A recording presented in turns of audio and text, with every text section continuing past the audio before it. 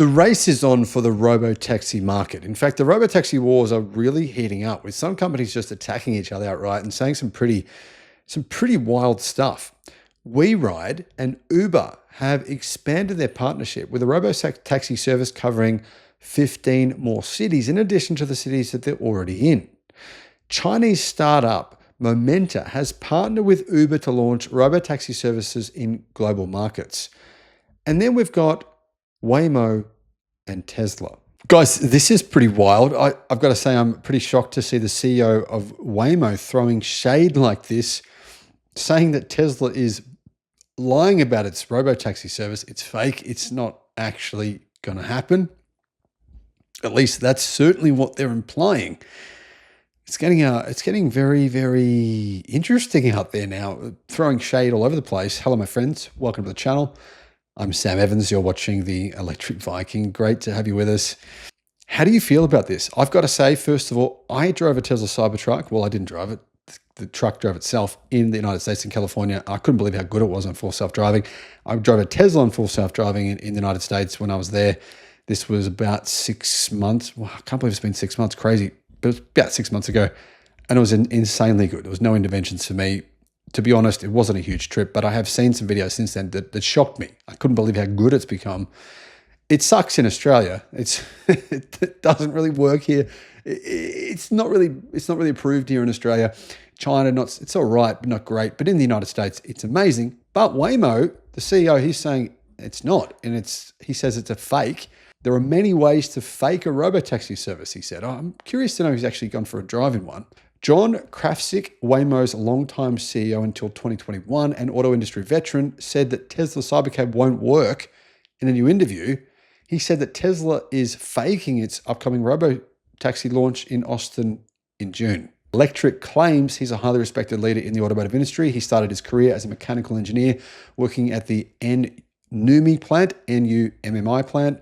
Then he worked at the GM Toyota factory. Not that that's particularly great credentials, if you ask me. That factory is now obviously owned by Tesla. That's where Tesla's factory is in Fremont.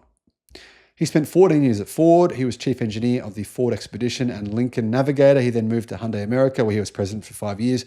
Now, I'm curious, how does that qualify you to be the CEO of Waymo? I mean, it's a completely different thing. I mean, let's be real. None of that would have prepared him in any way, shape, or form for autonomous driving. It's a completely different thing. I don't understand how he got into that position.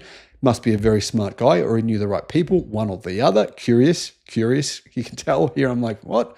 Wheels are turning. To me, I think you'd be more qualified for the position of being the CEO of Waymo if you actually had some coding experience. That to me, coding, software experience, that to me would be far more relevant than working in a mechanical engineering position for Ford and Toyota. Anyhow, Krafcik is mostly known for leading Waymo from 2015 to 2021. And Electric says he's helped it become the consensus leader in self-driving technology. Now, I don't think that's true. In fact, I'd have to sincerely debunk that claim. I'd say that nobody in China believes that Waymo is the consensus leader. I'm not saying that anyone in China thinks Tesla is either. They probably think they're the best. And it's true that there's some pretty damn impressive full self-driving going on in China right now. I'm not even convinced that most people in America would think Waymo is leading, considering their service is very limited. It's you have to use full high definition mapping. I don't think it's actually scalable, but I could be wrong. What do you guys think? Getting back to his claims, he retired from the company in 2022. He sits on the board of Rivian and Daimler Trucks. The famed engineer gave an interview to Germany's Manager magazine, and he said that Cybercab was not going to work. It was vaporware. If a company was serious about building a safe robotaxi business, the robotaxi wouldn't look anything like this prototype. I'm not sure why that's got anything to do with it. A serious robotaxi would demonstrate the primacy of safety. The manufacturer would place sensors in optimal positions on the roof as well as on the sides and corners of the vehicle. These sensors would also have cleaning and drying functions. Maybe they will. Maybe that is happening. I don't know. I mean, I'm not sure he knows that they won't be on there. Windshield wipers, compressed air nozzles, and so on. A serious robotaxi also wouldn't have a low-slung coupe body design. This design makes it difficult for people to easily get in and out. not everyone will be able to use these robotaxi vehicles comfortably. Basically, though, he is saying that Waymo's way of doing things is the way to do it, and Tesla's is not. He's saying because Tesla doesn't use sensors like lidar, basically Tesla's vision-only approach, he's saying that's unsafe and it will fail. However, it's worth pointing out that what is currently the leaders who are considered to be currently the leaders in self-driving technology in China, the leading car company anyway, that's XPeng. And XPeng they've pivoted away from Waymo's approach to Tesla's approach for full self, and they're basically going vision only. They're saying that is the best choice, and they previously were using lidars in their top-end vehicles. So interestingly, that happened after the CEO of XPeng came to the United States, came to California, and actually test drove a Tesla with full self-driving. And this was an older model that I think wouldn't be as good as they are today. So clearly not everyone agrees. There are obviously many in the industry that believe this is the best way to go about it. BYD's new God's Eye does have lidar. It does have many different sensors that Teslas don't use. It doesn't use vision only. So there's part of the industry that thinks Waymo's approach is the right way to go. There's part that thinks it isn't the right way to go. But this is the only time that I've heard a primary figure in the industry say that Tesla's autonomous car, its cybercab, is fake and it's never going to work. And it's not just fake, but it's like a charade. It's basically a joke. He went on to say this: almost all of the challenging circumstances and vulnerable road users found in cities also exist on highways, only less frequently. We've seen cyclists, scooter riders, and pedestrians on American highways. The rarity doesn't make things easier. It makes them more difficult. You can't ignore these extremely rare events. You have to solve them robustly, even if the speeds are much higher and the stopping distances are much longer.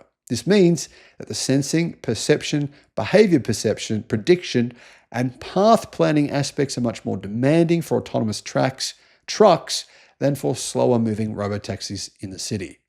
There are many ways to fake a robotaxi service. So there it is. This guy thinks that Tesla's faking it. I honestly don't. I've seen a lot of videos over the last couple of months. Whole Catalog publishes a video pretty much every day showing how good Tesla's robotic driving, autonomous driving is. I don't know how perfect it is yet. Maybe it's not perfect yet, but basically the drives he's doing, there's no interventions lately. There's been none, and he's driving a fairly long way. That was my experience as well. I think that it's very good. I think it's better than a human driver at this point. But, I understand that people are going to disagree with that. And some of that is politics, some of that's emotions around Tesla. But what do you guys think? Do you agree with me? Do you agree with the former? I should put that in parenthesis, the former CEO of Waymo, that Tesla is faking it. Let me know your thoughts.